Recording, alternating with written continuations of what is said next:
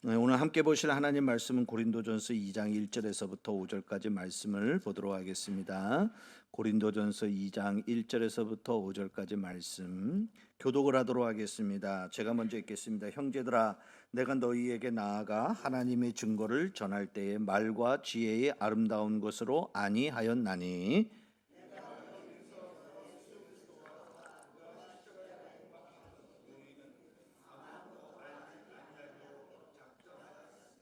내가 너희 가운데 거할 때에 약하고 두려워하고 심히 떨었노라.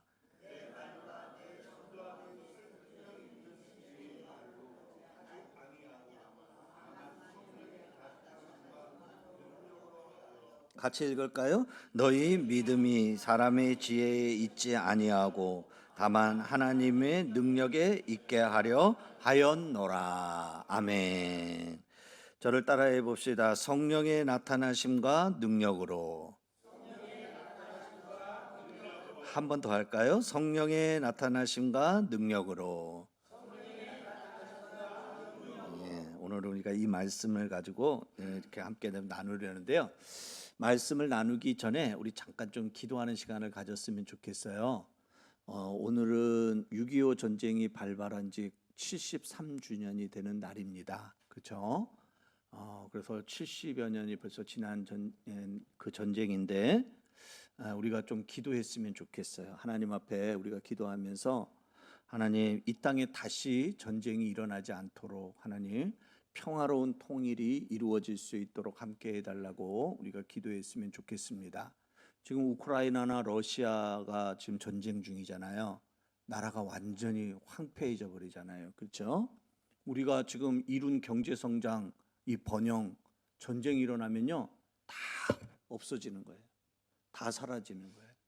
그래서 이 땅에 좀 전쟁이 없어야 됩니다. 그래서 하나님 앞에 우리가 좀 기도하면서 한반도가 정말 아버지 하나님 평화로운 땅이 되게 하시고 복음으로 통일이 되게 해 주시고 또 아버지 하나님 물리적인 마찰이 일어나지 않도록 하나님께서 주관하여 주옵소서. 전쟁은 누구에게 속한 것?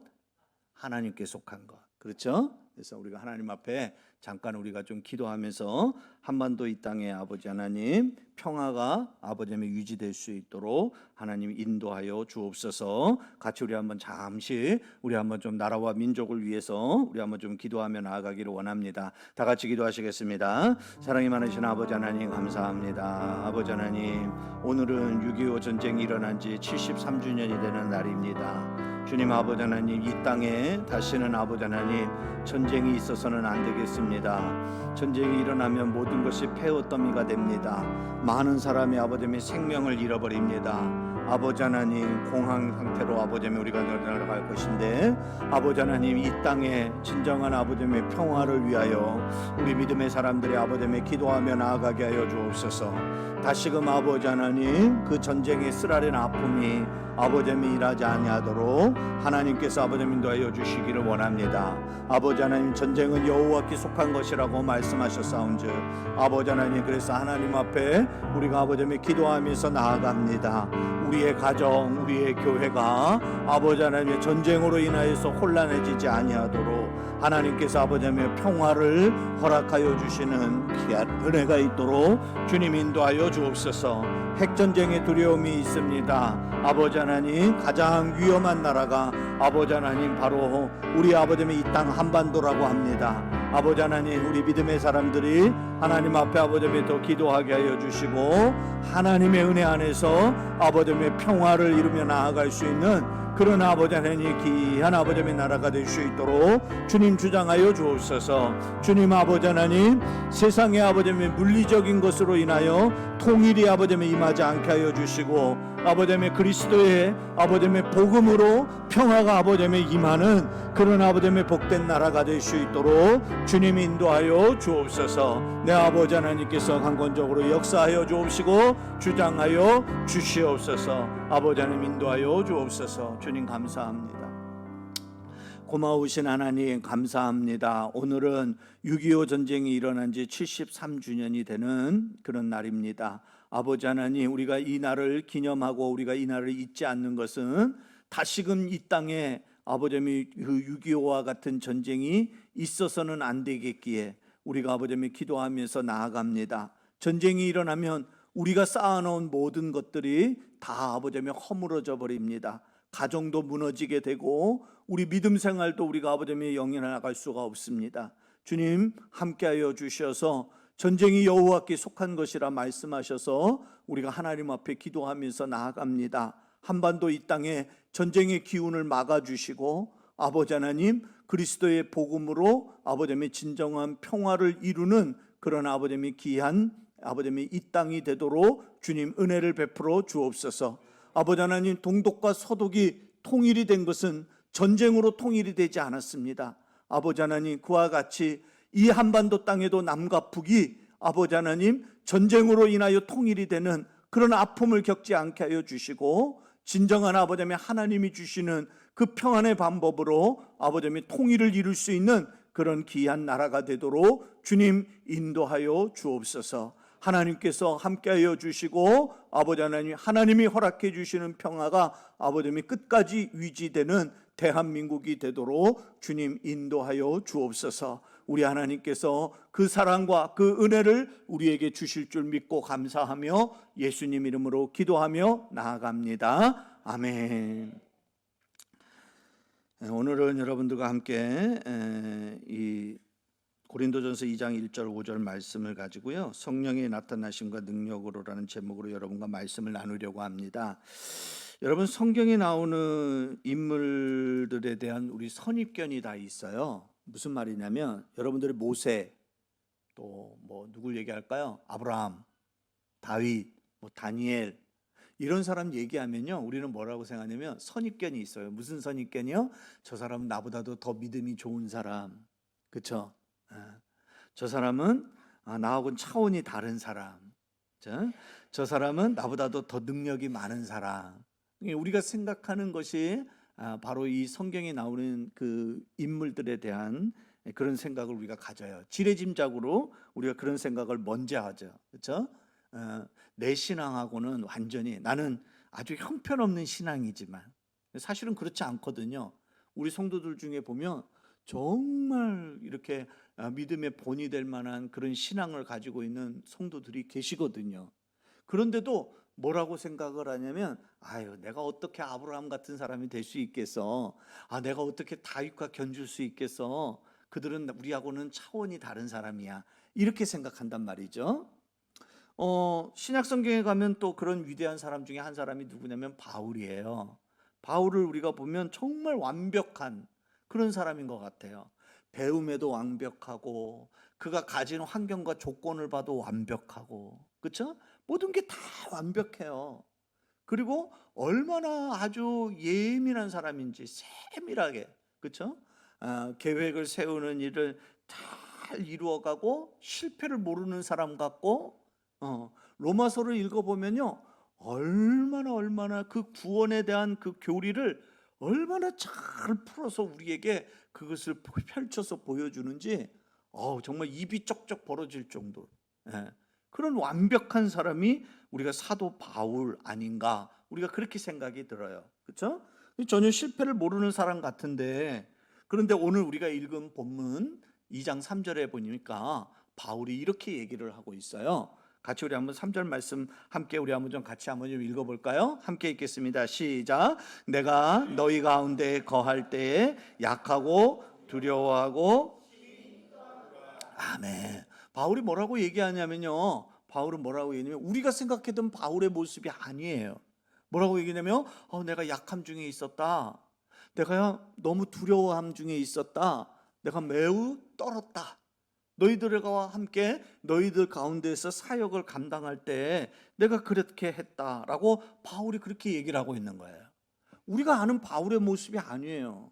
그렇죠? 그럼 바울이 왜 이렇게 두려워서 떨고 있었을까? 바울은 왜 이렇게 심히 떨고 약함 중에 그가 있게 되었던 것일까? 그리고 바울은 그 약함과 두려움과 또 그 떨림을 어떻게 극복했던 것일까? 오늘 우리가 이 본문 말씀을 통해서 우리가 같이 그것에 대한 그 의문에 대한 답을 우리가 찾아가면서, 그러면서 하나님이 오늘 우리에게 주시는 그런 귀한 교훈이 무엇인지를 우리가 함께 깨달으며 하나님 앞에 감사함으로 영광을 돌리는 우리 성도들이 되었으면 좋겠습니다. 오늘 바울이 왜 이렇게 떨었나? 그 담대한 바울이, 그렇죠? 죽음을 불사한 이 바울 아닙니까? 그렇죠? 돌에 맞아 죽는데도, 그런데도 복음 전하는 그것을 거두지 않았던 사람 아닙니까? 그렇게 담대한 바울이 왜 이렇게 약함 중에 있고 두려워하고 벌벌벌 떨고 있었는가?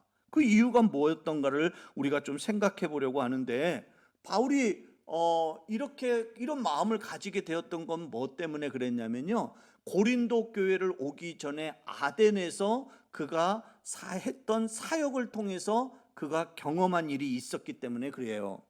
사도행전 17장에 가보면 바울이 아덴이라는 곳에 가가지고 그곳에 가서 복음을 전한 기록이 나오는데요, 아덴이 어딘지 아시죠? 오늘날 여러분 그리스의 아테네예요. 그리스의 아테네를 얘기하는데, 아테네에 가서 거기 가서 복음을 전했어요. 근데 거기 가서 그가 복음을 전하는 그 아덴이라고 하는 곳이 어떤 곳이냐면 다신사회, 그러니까 신이 하나의 신만 섬기는 그런 도시가 아니고 여러 신을 섬기는 그런 도시가 아덴이라는 곳이었어요. 여러분이 잘 알고 있는 대로 히랍의 신들, 여러 신들 나오죠. 예를 들면 제우스, 헤라클레스, 뭐 이런 신들, 여러 신들이 나오죠. 그런 바로 신전들이 있었던 곳이 바로 어디냐면 아덴이라고 하는 곳이에요. 우리가 여러분 피곤할 때 여러분 피로 회복제로 마시는 음료수 하나 있죠. 그게 뭐죠? 바카스. 그렇죠? 그것도 히랍의 신에서 이름을 따가지고 온 겁니다. 그렇죠? 그게 히랍의 신들 중에 하나의 이름이거든요.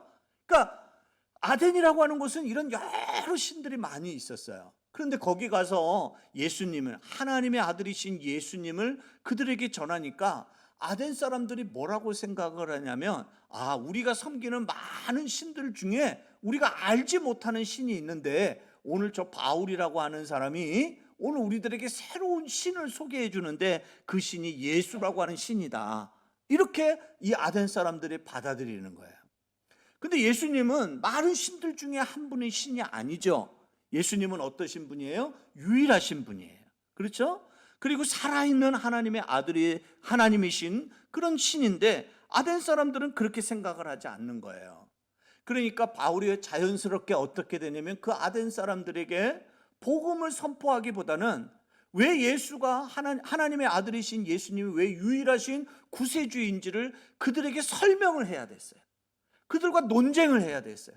너희들이 섬기는 신들은 그것은 진짜 신이 아니고 참신, 유일하신 신은 누구밖에 없냐면 예수밖에 없는데 그분이 바로 하나님의 아들이다, 그리고 하나님이시다, 이걸 그들에게 설명하는 일들이 많아졌던 거예요.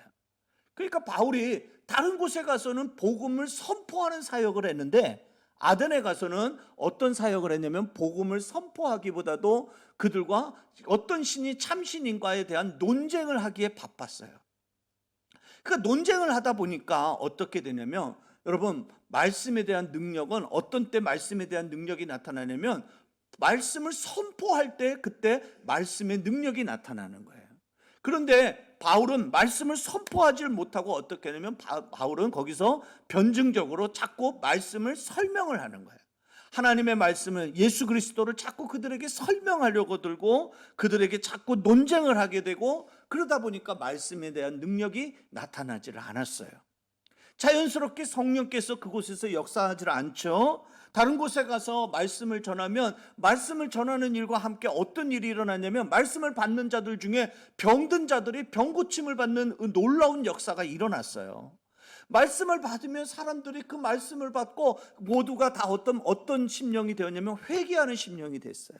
어찌할꼬 우리가 어찌할꼬 어떻게 살아야 될꼬 그러면서 하나님의 말씀을 들으면 그 말씀이 자기의 심령 곤절 갈수를 쪼개가지고 모든 사람들이 다 회개하는 그런 역사가 일어났는데, 그런데 바울이 아덴에 가서는 말씀을 선포하지 않고 말씀을 자꾸 설명하려고 들고 말씀을 자꾸 논쟁을 하다 보니까 그런 역사, 그런 은혜가 그곳에서 나타나지를 않은 거예요. 그래서 유일하게 바울이 교회를 세우지 못한 지역이 바로 어디냐면 이 아덴이라고 하는 곳에 바울이 교회를 세우지 못하고 쓸쓸히 바울이 그 아덴을 떠나야만 했어요. 그리고 이제 바울이 걸음을 향해서 나아간 곳이 어디냐면 고린도라고 하는 곳을 향해서 바울이 나가게 된 거죠. 여러분, 바울이 어떻게 했을까요? 그 아덴을 떠날 때 바울의 마음에 어떤 마음이 있었을까요? 아, 내가 실패했구나. 그런 실패의 마음이 있었을 거예요. 그리고 아덴 사람들하고 논쟁을 하는데 그들에게 예수를 아무리 설명을 해도 그 여러 신으로 인하여, 신간으로 인하여 그들이 심령이 닫혀져 있는 그들의 모습을 보면서 매우 그들이 불쌍해 보이는 그런 마음도 있었을 거예요. 비통한 마음도 있었을 거고요. 또 다른 어떤 마음이면 분노의 마음도 그의 마음속에 있었을지도 모르겠어요. 그러면서 바울이 어떻게 하냐면 다른 곳과는 달리 성과를 이루지 못하고 그리고 건너간 곳이 고린도인데, 그때 고린도를 갈 때 그의 마음속에는 여러 다단한 생각들이, 여러 생각들이 그 마음속에 그의 가지고 있었던 거예요. 그리고 가면서 바울은 생각하는 거죠. 무슨 생각을 하죠? 아, 내가 이렇게 또 복음을 어디 가서, 이제 고린도에 가서 또 복음을 전해야 되는데, 내가 저들에게 가서 또 복음을 전할 때 또 이런 일들이 반복이 되면 어떻게 하지? 이런 일들이 또 나타나면 어떻게 하지? 이런 생각을 하니까 바울의 마음이 어떤 마음이냐면 약한 마음이 드는 거예요. 두려운 마음도 드는 거예요. 그리고 또 긴장을 하다 보니까 바울의 마음에 어떠면 떨리는 그런 마음도 그의 마음속에 있게 되는 것입니다. 여러분, 우리가 복음을 전하는 일들을 하다 보면 우리가 이런 비슷한 경험들을 우리가 많이 해봅니다. 여러분, 전도를 한 번이라도 해보신 분들은 다 이런 경험을 한 번씩 해보셔요. 그렇죠? 오늘 뭐 이렇게 우리 교회에서 전도한다고 하는데 전도를 어떻게 하지? 내가 사람을 만나면 무슨 말을 해야지? 저 사람에게 어떻게 말을 걸지? 여러분, 이게 여러분 훈련이 안 되신 분들은요, 이게 참 어려워요. 그냥 단순하게 말 한마디, 예수 믿으세요, 예수 믿고 구원 받으세요, 예수 믿으면 참 좋습니다. 그래서 그거 말 한마디 하는 게 참 쉬운 말인데 우리끼리 있을 때는 그 말 참 쉽게 해요. 그런데 저 길거리에 나가가지고 거기 가가지고 지나가는 사람, 생면부지의 사람, 한 번도 나와 관계가 없는 그런 사람들에게 가가지고 예수 믿으시나요? 교회 다니시나요? 예수 믿으세요, 예수 믿고 구원 받으세요, 예수 믿으면 너무너무 좋습니다, 이 말 하기가요 여러분 쉽지 않습니다. 그거 하라고 그러면요 우리 마음에 벌써 쿵딱쿵딱쿵딱쿵딱 긴장을 해요. 떨림이 있어요. 그렇죠? 어떤 분들은 약한 마음을 갖고 어떤 분들은 두려워가지고 말을 제대로 못하죠. 그 사람 얼굴을 제대로 쳐다보지 못하죠. 버버버버버 말만 어버버버버 하다가 그러고 그냥 돌아오게 돼요. 우리 그런 경험 다 있지 않습니까? 부끄럽지만 저도 그런 경험이 있어요. 제가 이렇게 전도 훈련을 받다가 제가 파송을 받았어요. 파송을 받아가지고 제가 3주간 걸쳐서 나가서 복음을 전하는 지역을 파송을 받았는데, 서울 북부 지역에 있는 2개의 대학교를 제가 파송 지역으로 제가 받았어요. 그래가지고 거기 가서 복음을 전해야 되는 거야.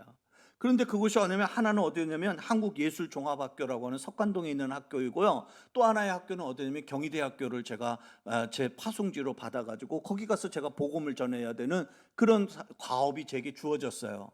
매일매일 복음 제시를 몇 번 하고 그리고 그들에게 결신을 몇 명을 하고 하는 목표가 저에게 주어졌어요. 그래서 거기 가서 제가 주어진 그날에 그걸 다 채워야지만이 제가 그날 훈련을 마칠 수가 있는 것입니다. 3주간 그 일이 계속 반복이 돼야, 그 일이 계속 이루어져야 되는 거예요. 근데 여러분, 전 목사는 항상 그렇잖아요. 여러분, 교회 안에서 늘 어떤 사람만 대하여? 예수를 믿는 사람들만 대하거든요.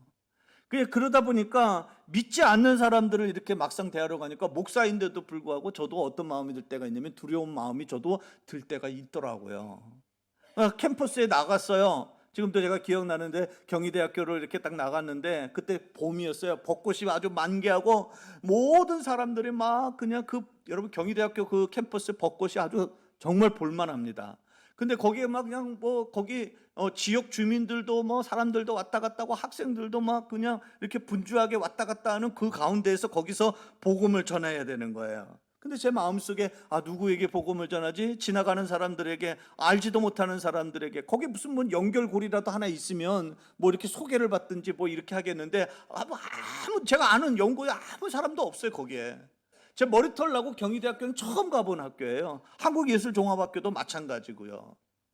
근데 거기 가가지고 이제 복음을 전해야 되는데 뭐 한가롭게 지나다니는 사람 없어요. 모두가 다 이게 뭐 학기 중이었으니까 막 바쁘게 왔다 갔다 하는데 그 사람들에게 어떻게 내가 가서 다가가야 될까? 그 지나가는 사람들 한 사람 한 사람 유심히 보죠. 근데 어떤 학생들은 막 바쁘게 막 이렇게 지나가는 학생을 보면 아유, 저 학생은 안 되겠다. 강의 시간이 돼서 너무 바빠가지고 뭐 저렇게 쫓기듯이 가는 학생을 내가 어떻게 붙들고 예수 믿느냐고 어떻게 붙들고 얘기를 할 수 있으며 복음을 내가 어떻게 제시하겠느냐. 아유, 저 학생은 패스. 그리고 돌려보내요.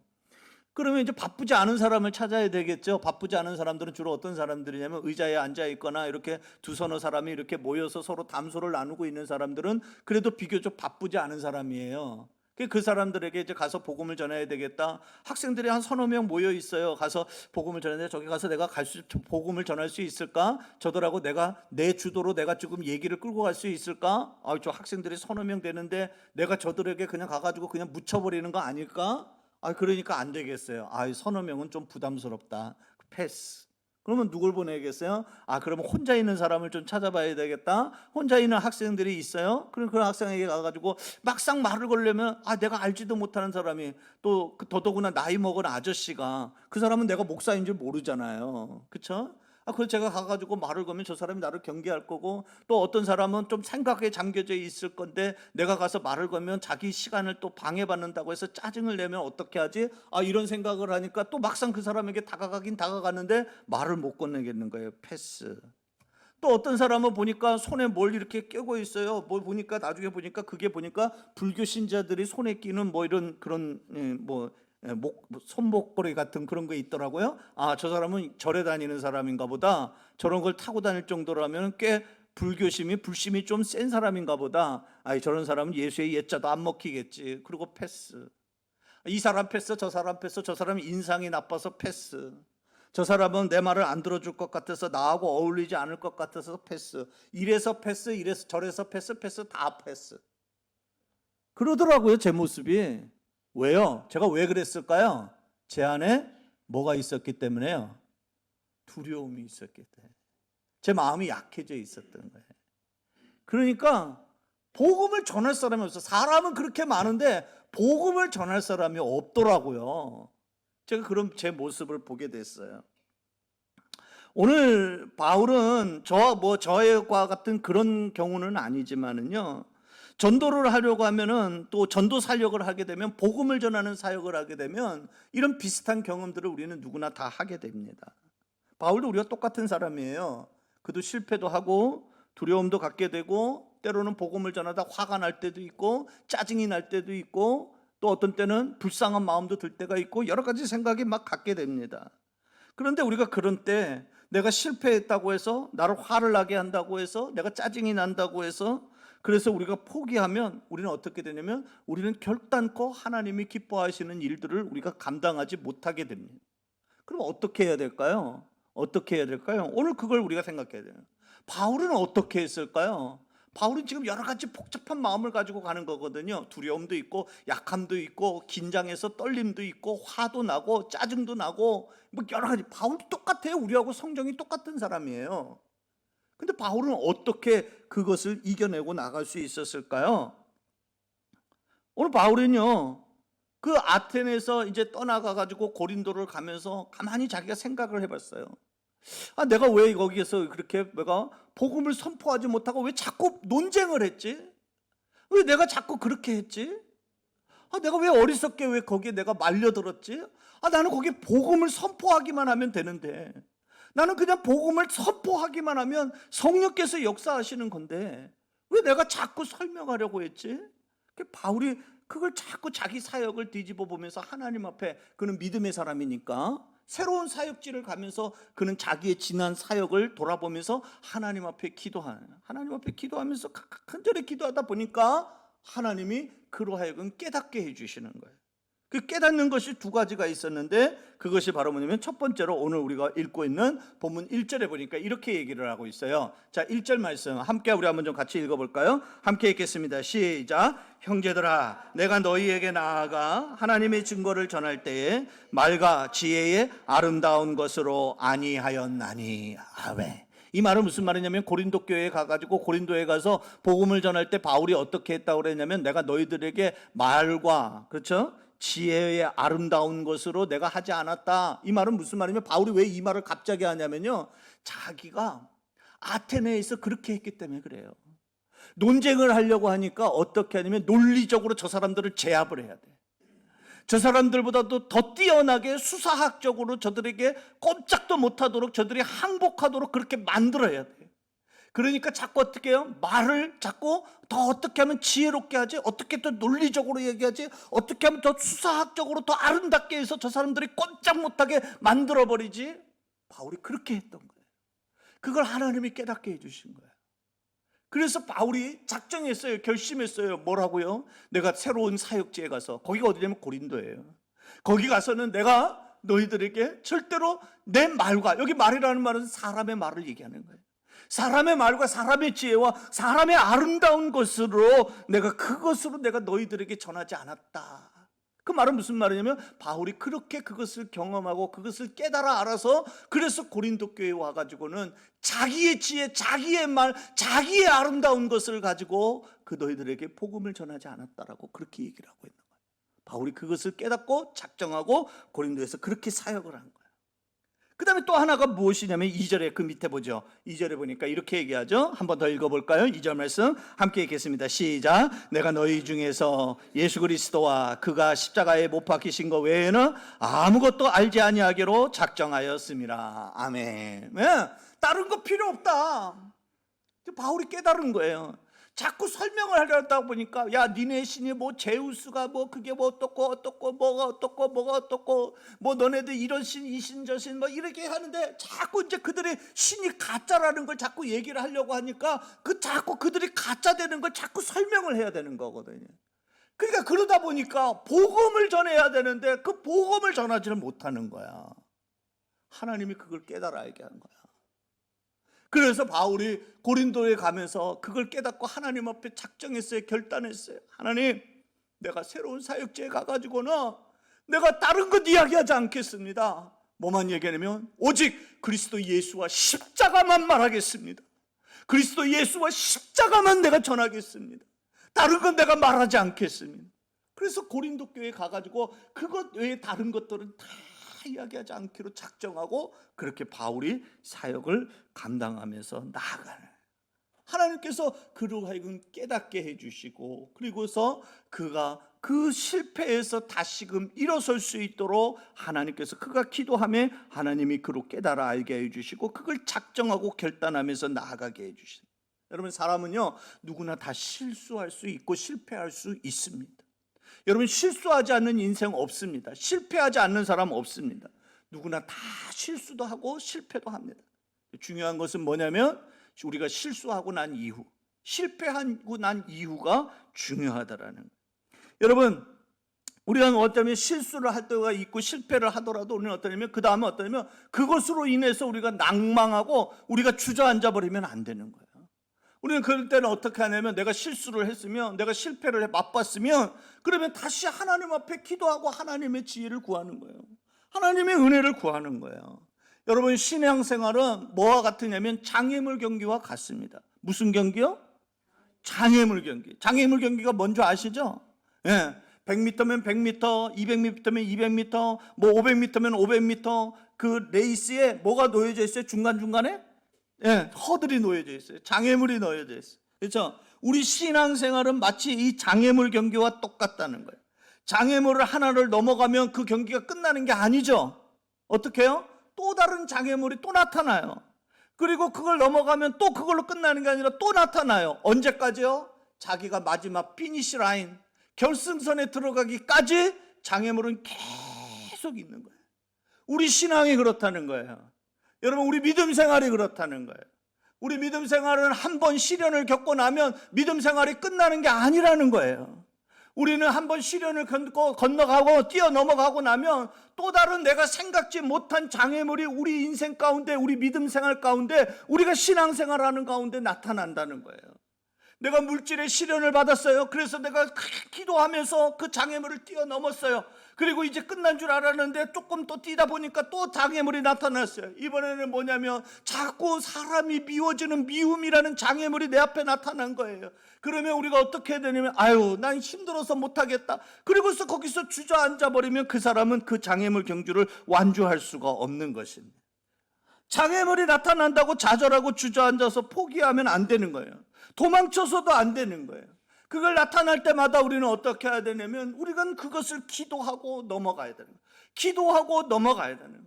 시련을 기도하고 넘어가고, 사람이 미워지는 걸 기도하고 넘어가고, 내 안에서 분노가 일어나는 걸 기도하고 넘어가고, 나를 핍박하는 걸 기도하고 넘어가고. 할렐루야. 그래서 우리는 자꾸 어떻게 되냐면 우리는 계속 우리 앞에 놓여져 있는 그런 믿음의 경주를 할 때 우리 앞에 놓여져 있는 이 장애물을 우리가 다 넘어가야, 그래야 우리는 그 경주를 비로소 마치게 된다는 거예요. 사랑하는 여러분, 히브리서 11장 1절에 보면 믿음의 사람에 대해서, 믿음에 대해서 이야기를 하고 있는데 거기에 보면 우리 앞에 당한 경주를 하니라는 말이 있어요. 우리 앞에 당한 경주가 있다는 거예요. 내 앞에 경주가 있다는 얘기예요.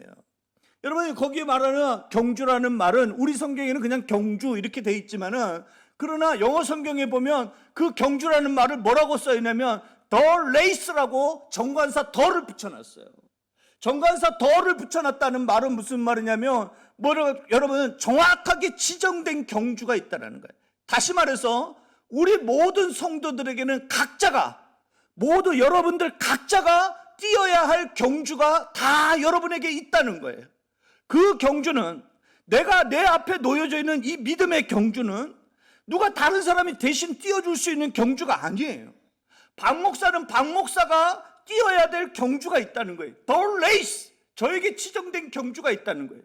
내가 뛰어야 되는 경주이지, 이게 힘들다고 해서 장로님이 대신 띄워줄 경주가 아니라는 거예요.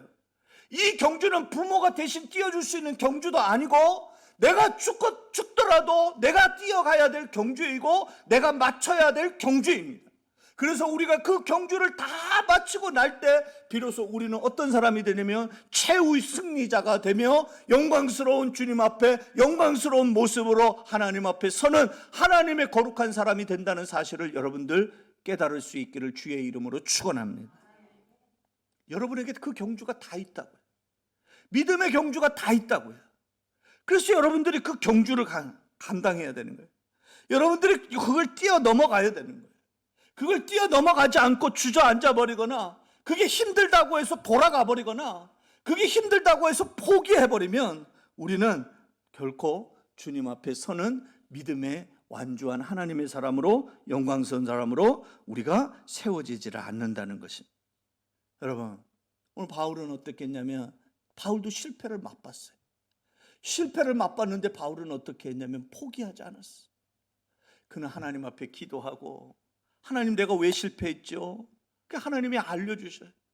그러니까 그걸 깨닫고 그가 다시 작정하고, 오늘 여기 보니까 작정하였습니다 나오죠?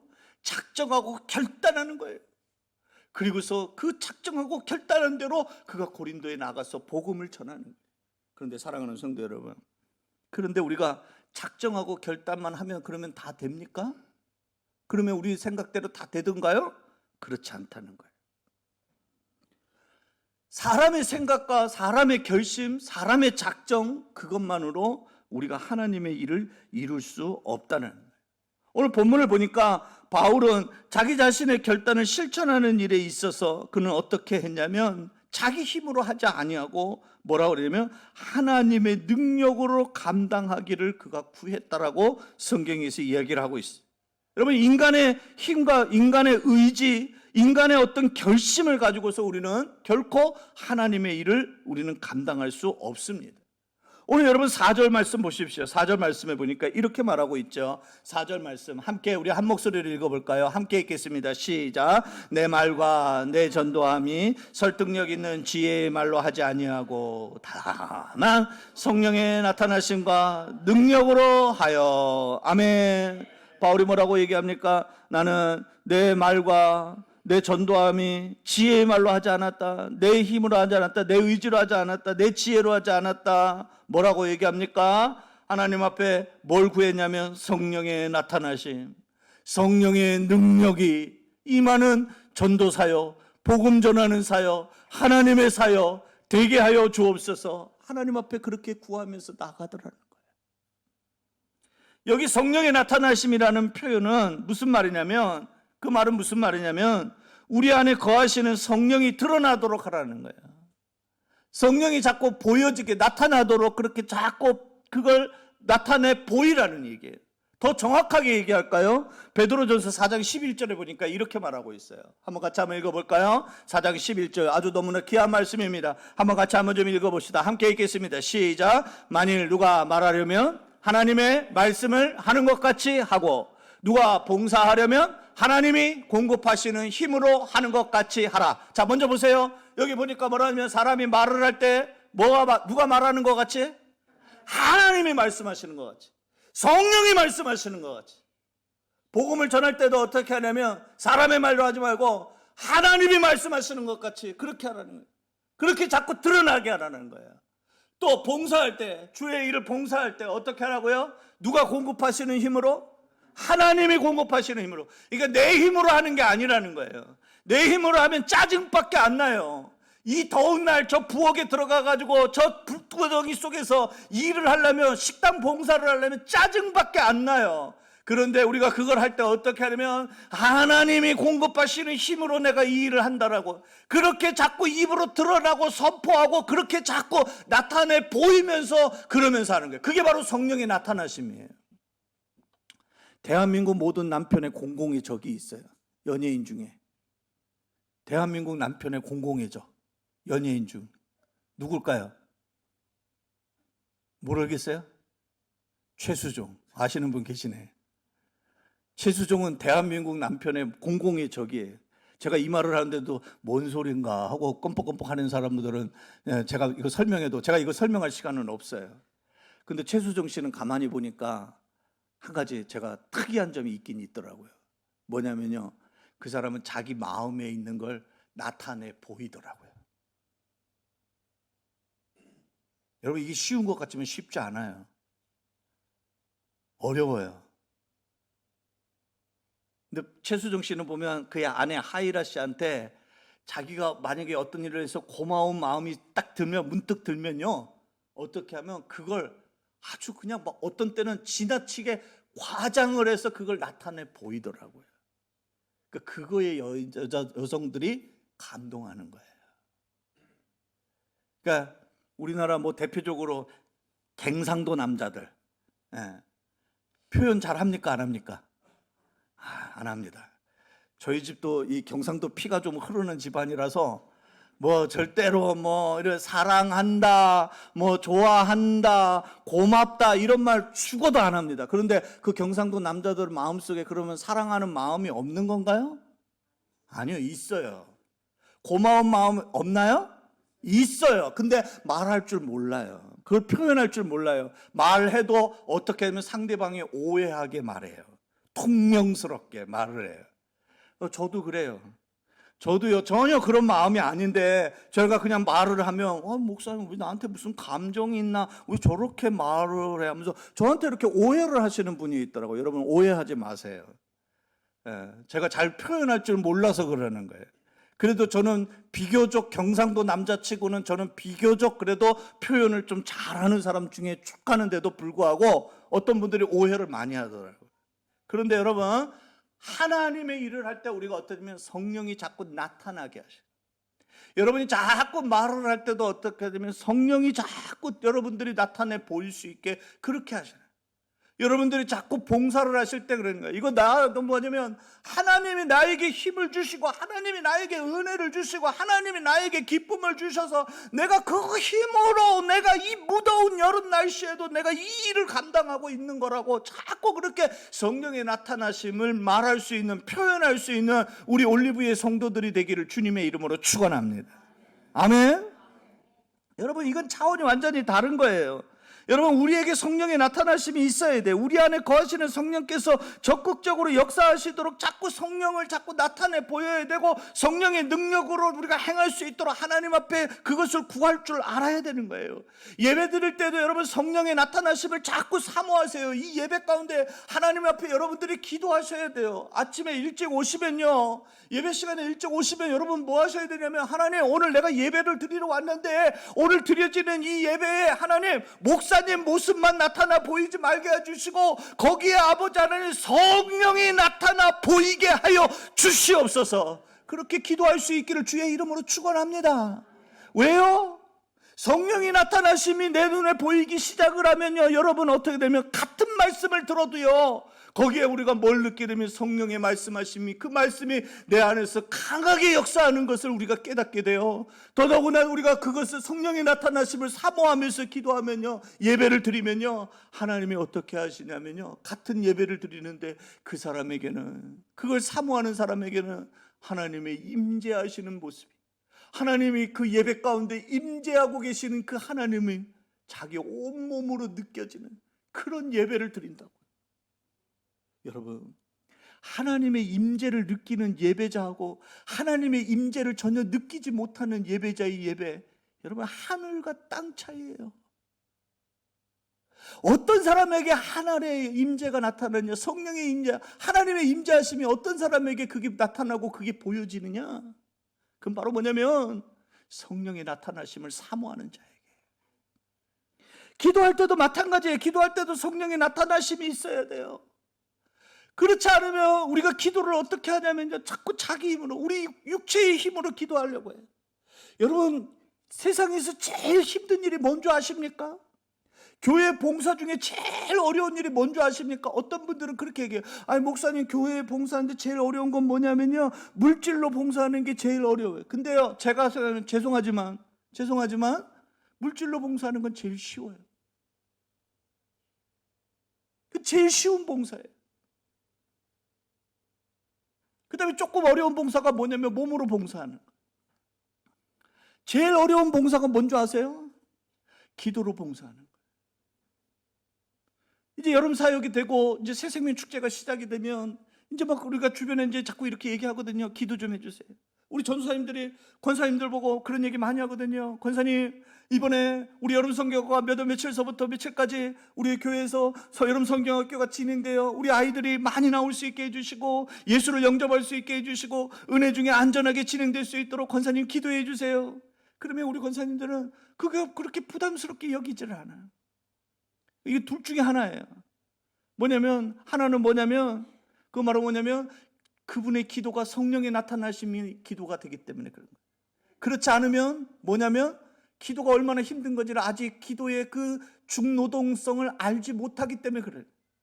사람들이 그래서 뭐라고 얘기하냐면요, 그냥 기도 부탁하면 그건 아주 쉬운 줄 알아. 그건 아주 그냥 제일 쉬운 건 줄 알아요.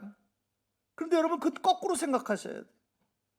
내가 성령의 나타나심을 경험하지 못하는 사람은, 여러분, 기도를 하려고 하면, 그런 사람이 기도를 하려고 하면 그 기도가 얼마나 힘이 드는지 몰라요. 여러분, 내가 육체의 힘으로 기도한다는 게 여러분 얼마나 고통스러운 건지 몰라요. 내 영이 기도하는 영이 아닌데 기도를 하려고 한다? 나는 지금 육체로 살고 있는데 내가 영으로 내가 기도하는 그 삶을 살려고 한다? 여러분, 될 수가 없어요. 그냥 기도하는 신용만 하는 것 뿐이지. 그래서 여러분, 기도도 여러분 뭐가 되면, 우리가 기도도 어떠냐면 성령의 나타나심이 있어야 되는 거예요. 그러면 우리가 성령이 나타나시면요, 그러면 그 기도가 여러분 전혀 힘이 들지 않아요. 기도가 너무나 신바람이 나는 거야. 왜 기도 시간이 이렇게 짧냐고 얘기하는 거야. 왜 좀 더 기도를 길게 하지 못하냐고 자꾸 그런 얘기가 나오는 거야. 왜? 그분들은 그 기도가 뭐로 기도하는 거냐면 자기 육체의 힘으로 기도하는 게 아니라 성령의 나타나심과 능력으로 기도하기 때문에 그래요. 금요기도에 목사님 설교를 좀 더 짧게 하시고 목사님 좀 기도 시간을 좀 더 많이 가졌으면 좋겠어요. 물론 그것도 좀 뭐 좋을 수도 있고 나쁠 수도 있겠지만, 봉사할 때도 마찬가지. 앞서 말씀드린 대로 성령의 나타나심이 있어야 되는. 사람은 누구나 봉사를 하면 어떠냐면 자기를 나타내고 싶어요. 자기가 보이기를 원해요. 자기가 인정받기를 원해요. 그게 사람의 마음이에요. 그런데 성령의 나타나심이 우리에게 있으면 어떻게 하냐면 사람에게 보이는 게 중요하잖아요. 목사에게 보이는 게 중요하지 않아요. 성령의 나타나심이 있으면, 그리고 성령의 능력으로 우리가 봉사를 하게 되면 어떤 마음이냐면 나는 사람이 보든가 말든가, 나를 인정해 주든가 말든가, 그게 중요하지 않고 뭐가 하냐면 내가 하는 이 일을 통하여서 기뻐하실 하나님 그 한 분만으로 기뻐하면서, 그러면서 땀을 흘리면서 수고하면서도 기쁨으로 그 사역을 감당하는 믿음의 사람이 된다는 사실을 우리 모두가 깨달을 수 있기를 주의 이름으로 축원합니다. 전도할 때도 마찬가지. 성령의 나타나심과 능력으로 전도해야 되는 거예요. 그렇죠? 그렇게 전도하면 전도가 달라져요. 내 안에 막 영혼을 구원해야 되겠다는 열정이 막 뜨겁게 타올라야 돼요. 하나님, 내가 오늘 한 영혼을 전도해야겠습니다. 한 영혼에게 복음을 전해야겠습니다. 한 영혼에게 아버지 하나님 복음을 제시해야겠습니다. 영혼을 사랑하는 그런 갈급한 마음이 내 안에 있게 해달라. 근데 그거는 육체로 있으면 우리가 절대로 그런 마음 생기지 않습니다. 성령의 나타나심과 능력으로 할 때 그때 우리 안에 부어지는, 하나님이 부어주시는 그런 마음이에요. 그러면 하나님이 우리에게 전도할 방법도 생각나게 해주시고, 누구에게 전도해야 될 대상자까지 하나님이 알게 해주시고, 그리고 그 전도 대상자의 마음도 하나님이 바꿔주시는 그런 놀라운 일들을 경험하게 된다는 사실.